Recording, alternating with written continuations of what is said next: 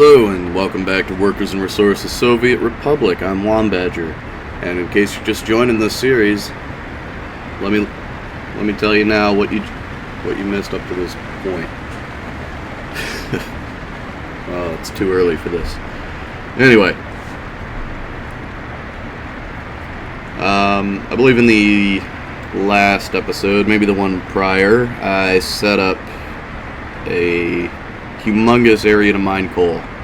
It's got 4 coal mines. Workers will be being brought in by train.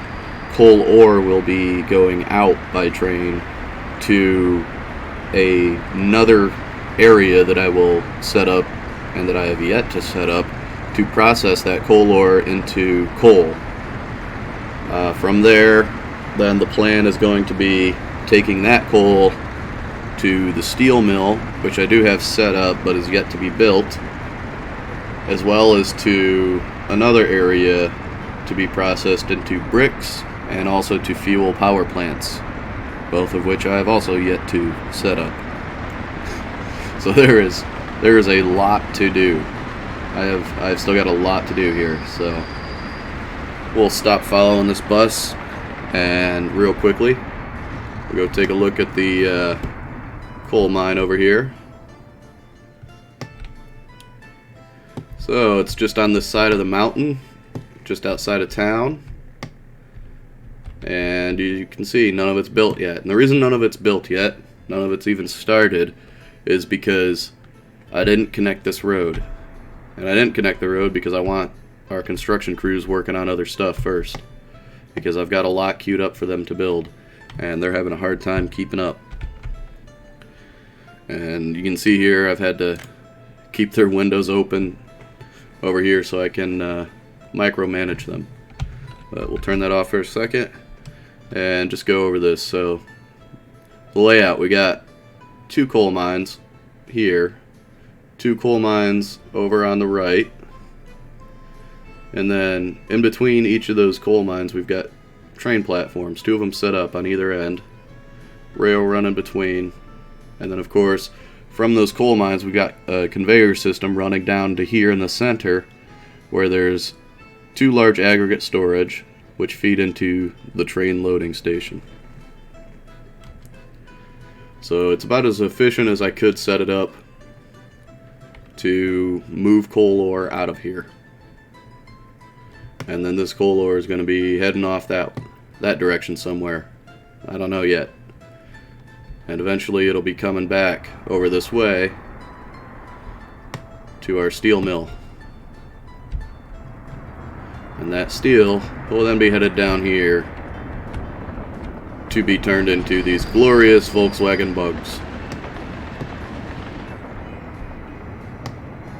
which in turn get sold. So I think what I want to do now is start looking for, well, let me check these construction offices, make sure they've got stuff going on. Oops, I wanted to keep that open. Yeah, you got a lot going on. Okay, good. Good. You got a fair bit. You've got nothing. And why is this set to 1,000? Go to 3,000. I'll come back to you and see if that fixes anything. Okay, you guys got like one thing going. This is not good. I don't know why you guys aren't working on stuff. Go ahead and do that. Yep. Alright, let me assign these guys real quick.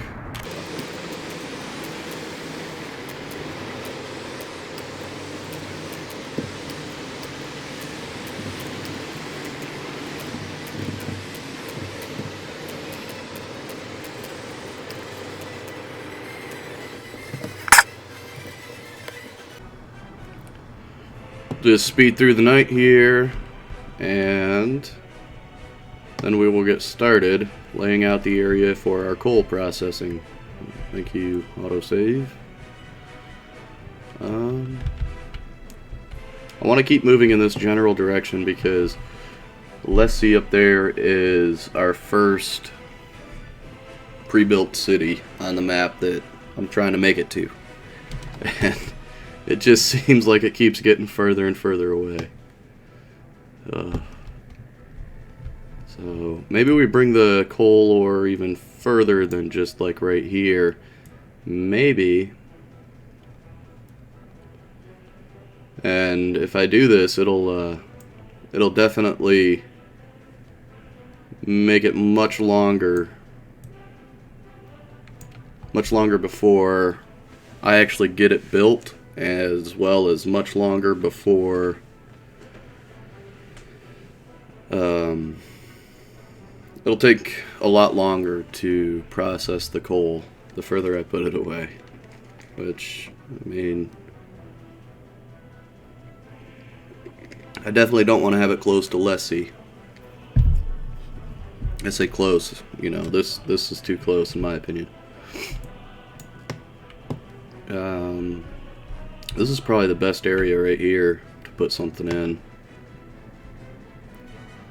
And yeah, I'd say it's closer to Lessie than not, so let's take a look here. Let's see if our construction can reach this. Cannot. Okay. So if I was to come out here, how close could I, where would I need the construction off? Okay, they can reach there. They can reach there. There. Not there.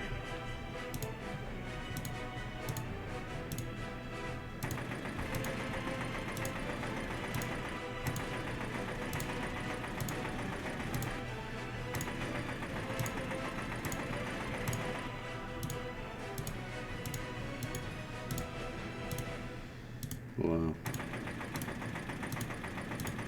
Yeah, that's right on the edge. Okay. So that's kind of our reach right now. So maybe right there. Let's check the area for resources. Nothing. Nothing.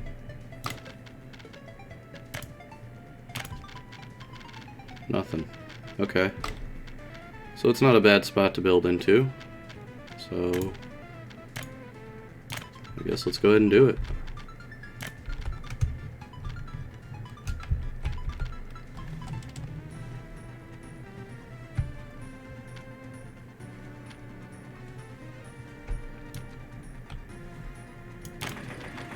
Okay.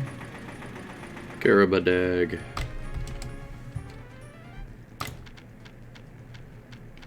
What else are we gonna need over here? Gas station for sure.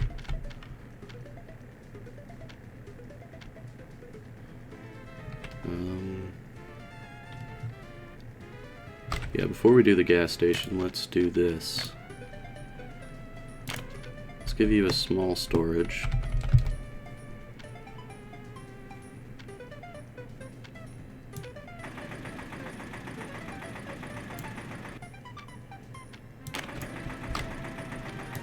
Let's level the height here from center.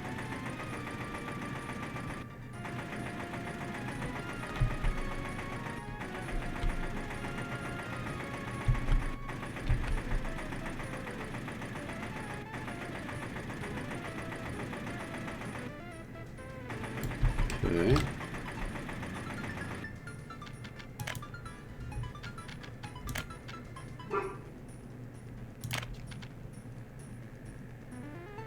Let's go to a vehicle depot.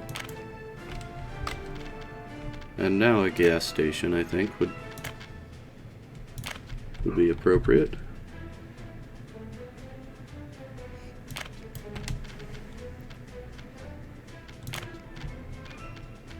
Do gravel. That's quite a climb there. Holy moly. Hey, it worked. Now let's see if these will still connect. They will. Alright, that's awesome. Got lucky there.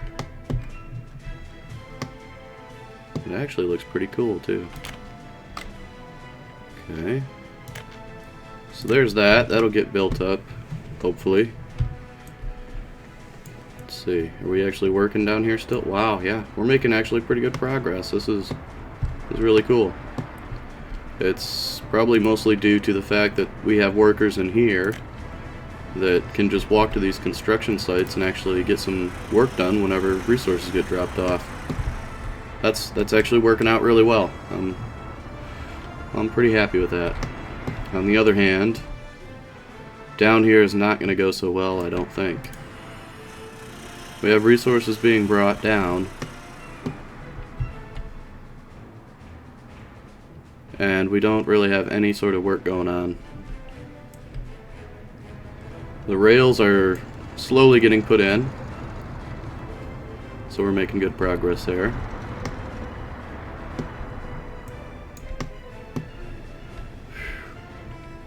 I really wish these construction offices were auto-assigning themselves properly. It makes life a lot easier. I mean, yeah, they sometimes have their issues, but especially for these little tiny sections of road and everything, it's a real pain. What is this? We're just paving with people? We are. Look at that. Yeah, the one redeeming factor we have in this area for construction is a very close supply of labor.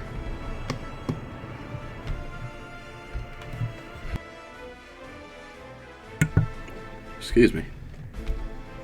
Alright. Back to Karabadag.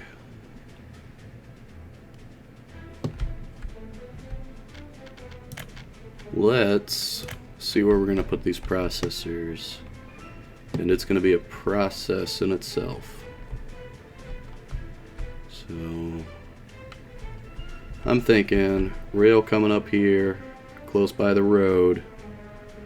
Station kind of angled along with the road. Dumps it out into storage, which feeds into a whole row of processors, which then will have an output coming down this hill to a loading station down here. Right? I think that'll work. Alright, well, let's get to it, I guess.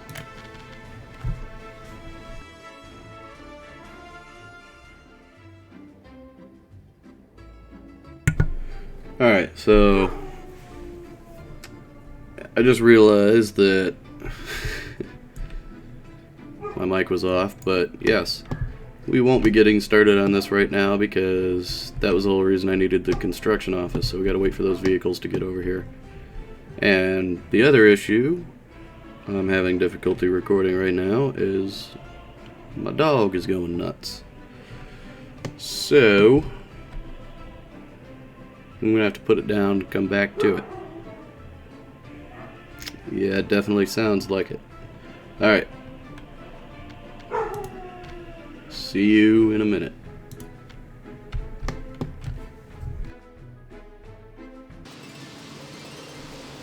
So I've made it back, and just watching some of the construction go on there for a minute, taking a look at some of the issues I've got going on. And a major issue I've noticed is I've got a lot of 21 plus just chilling in their houses, and I don't have a whole lot of empty space to put them. The other thing I'm seeing is the University Hall residence is filling up rather rapidly, and then people with a full education are just sitting there clogging it up. So I moved them out, and I decided it's finally time to start putting in some more residency halls. So I go ahead and tie those in. And it's you know, almost 3 years into the game now. It's definitely to the point where the university is fully operational, operating efficiently, more or less, and really cranking out some educated workers. So it's definitely a good time to invest in some more residency halls, because that's the time where they really become useful. And I keep looking over there at that construction office area, and I'm thinking to myself, I want to put some resource stockpiles into it. And I look at a lot of times I don't do it, and think eventually I put it in, but I just keep checking it out. And here I'm like, you know, it's gonna eventually expand out to this area, and I'm thinking the more construction offices I have, maybe they'll be more likely to, I don't know, auto assign themselves if they're a lot closer to certain areas. So I just moved some vehicles over to that one. Hopefully it'll get some help get some stuff done, help clear up some of the congestion I have over here with all those vehicles. And looking around now, trying to find some dump trucks. Remember, I got a bunch sitting over there. Just checking on production over here, making sure everything's going smoothly. Yep, over 100,000 rubles worth of bugs rolling out.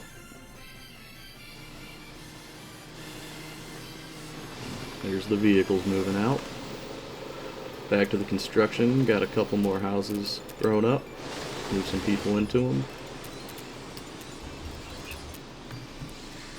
I've got a serious problem with the 21 plus in that city now.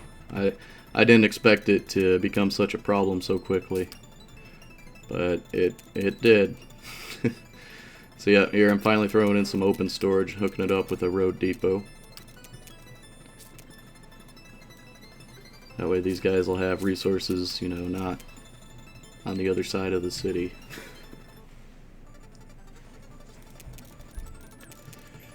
And I finally decide, all right, I can start throwing in my coal processing. So let's go ahead and start with the aggregate unloading station for the trains, and put in a large storage so it can dump into.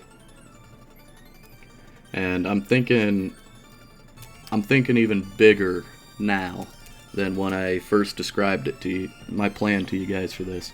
So off of that one storage, I'm gonna be putting in 2 more large storages. And I start putting them in, and then I realize, hey, if it's gonna move from that first storage to these, it's gotta have a reason to do it. In other words, I've gotta put in a conveyor engine, a transfer. Otherwise it'll just sit in that first one, and that's about all it'll do, really. It won't actually fill those other ones up and help move it down the line.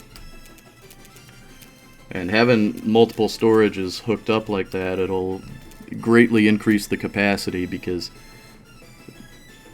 those 4 coal mines, I'm hoping, are going to be cranking out ton after ton of coal. And so now I'm just kind of lining up these processors, not in a straight row, because you see they've got the inputs on the back, and then it's a 90-degree turn to the outputs. And so you don't want the buildings, if you're putting them fairly close together like I am, you don't want the buildings blocking the output. And the only thing I'm really concerned about here now is when I do hook all these up and run all the output conveyors, how am I going to be getting these roads squeezed in there? I'm hoping I got a few ideas in mind, you know, some tricks to get it done, but I'm still worried about how difficult that's going to be. So here I go ahead and put it like this, you know, just kind of change up the pattern, and I'll come back to it later, decide I don't like it, and change it around again. But let's see here. Just kind of staring at it, waiting for darkness to go, because it's kind of hard to see. When it's hard to see, it's a bad time to plan. So start working on the other side here, and instead of just mirroring it, I'm gonna run it more or less in parallel, because the direction that the output versus the input is facing on these buildings, doing it the other way would make it hard to have all 8 of these processors dumping into a single point to load up a single train station. So this way I've got all the outputs facing the same direction, and they're all going to come down to this edge of the cliff, and once they reach that edge of the cliff, that's where they're all going to merge through a series of storages and conveyor engines into a single point.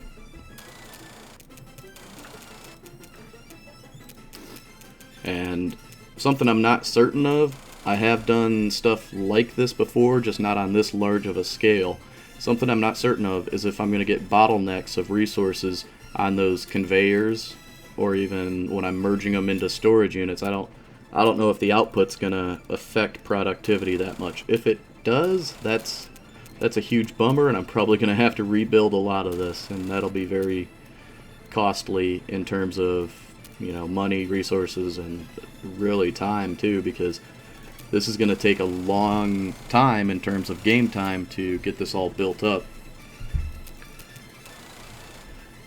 because it is so far away from areas that I've developed.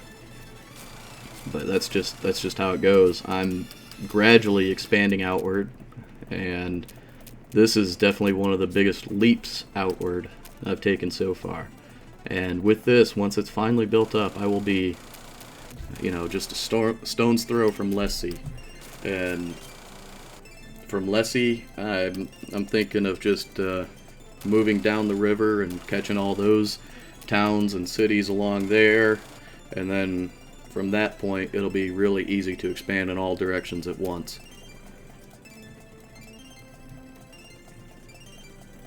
So here we go. I'm starting to formulate, taxing my brain pretty heavily here, trying to figure out a good way to merge all of this. I'm looking at this and I'm like, I'm gonna have to redo that. So I go ahead and take a break from it for a minute, come over here, check out things, make sure everything's still operating, and take care of a few little maintenance things here and there. Always got to check that production on the vehicle factory, make sure it's still going. That's our money maker. And after suitably having had a break, come back to it, and of course it's nighttime. So what do? I say I'm not waiting around anymore. I'm ready to start getting stuff thrown in here. And fortunately, it kind of works out. I mean, all I'm really doing is flattening some terrain right now, and it'll start getting light before I start getting any serious infrastructure thrown in. I'm looking at this, I'm like, yeah, it's time to destroy that. I don't like how it's going. I'm just going to bring this other processor and then that merged storage up there, that small storage. I'm just going to bring all those directly into this large one here.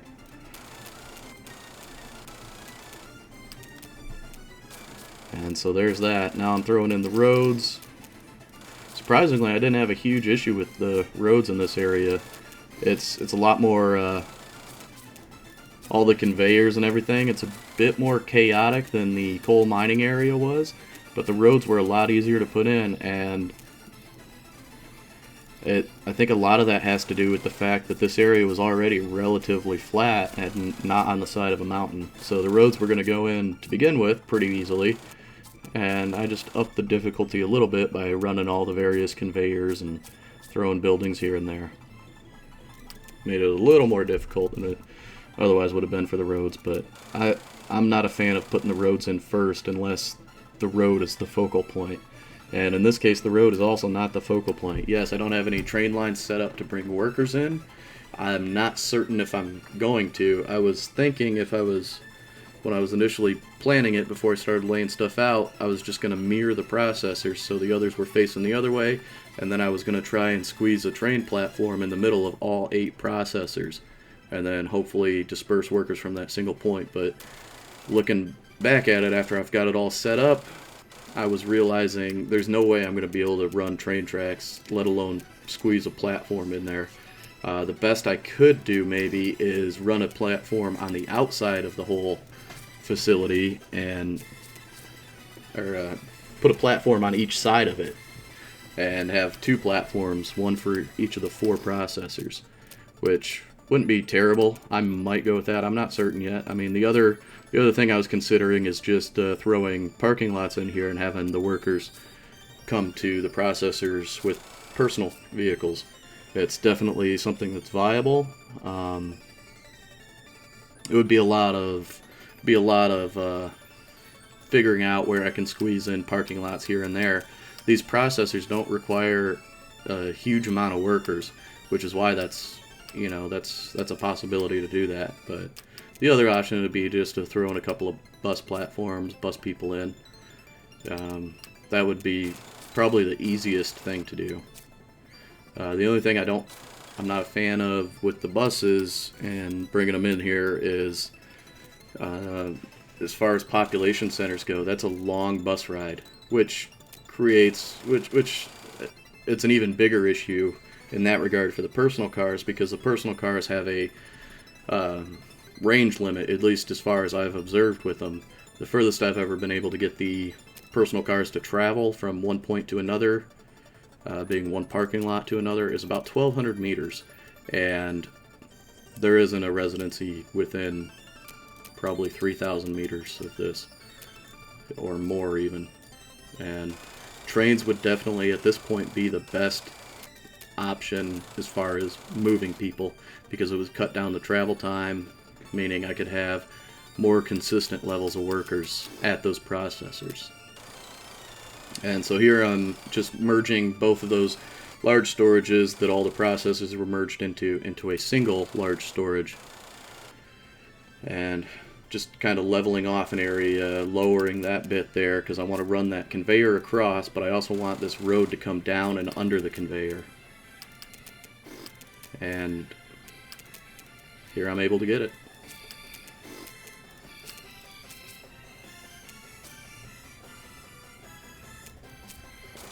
And ultimately, even though this right now looks like chaos, I can already tell, like, once everything here is built and finished, I go through and do some final touches, this whole facility is going to look really cool.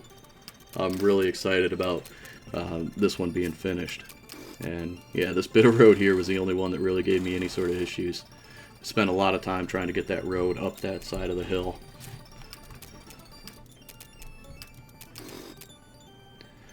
So it goes in easy enough, and have to wind it around and bring it back up, which it's more than it should have been. But again, it's, you know, it's not just about efficiency.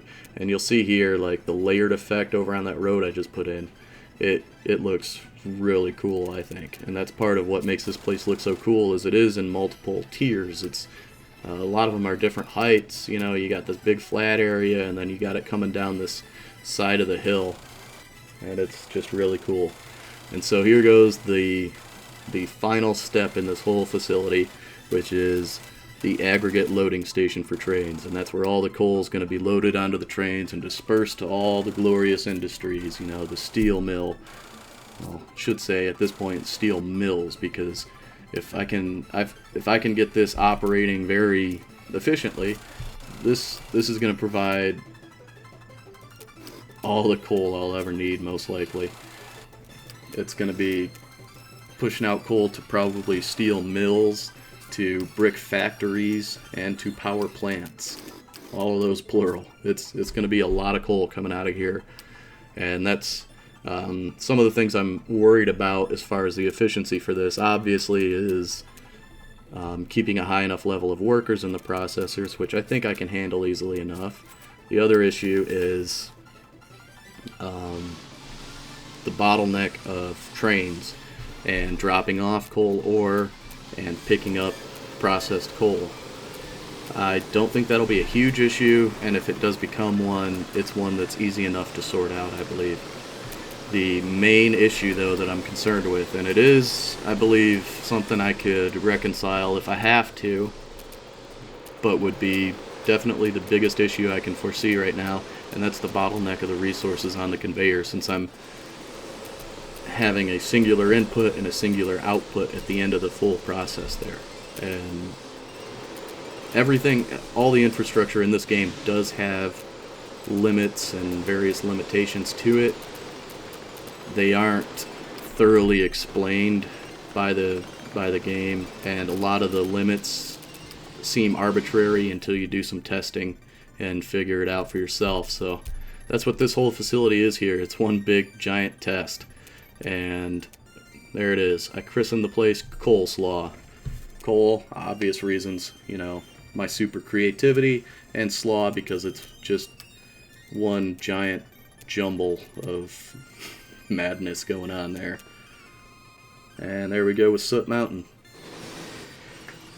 That's where the coal ore will be coming from.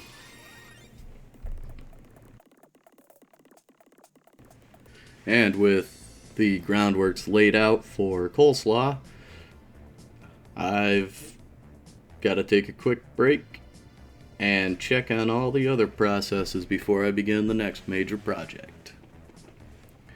So I'm just going through here, you know, everything looks connected. Come up here, make sure trains aren't getting stuck, signals aren't breaking, everything's moving, check the production on the money maker, it's good, you know, construction is still at a snail's pace, and we've got a fire. Who knew gravel was so flammable? This causes me great concern, knowing that our gravel is this flammable, and we are,